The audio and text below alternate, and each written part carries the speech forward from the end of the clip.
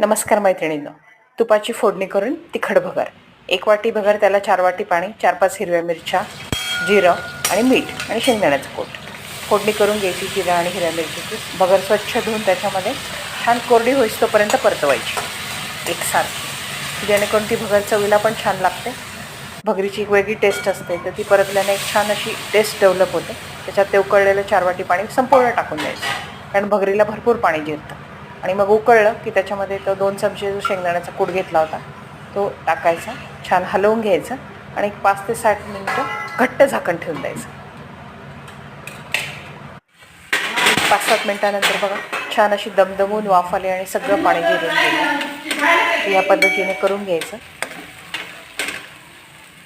कारण भगर जेवढी तुम्ही एकसारखी शिजू द्याल तेवढी ती चवीला एकदम मऊ लागते.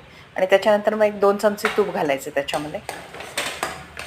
तुपाने चव आणखीन सुरेख लागते. भगरीमध्ये तूप टाकून खा तुम्ही. वरण भातात कशी तूप घातल्यावर चव लागते तशी भगरीत तुपाची चव लागते. परत 5 मिनिटं झाकण ठेवून द्यायचं.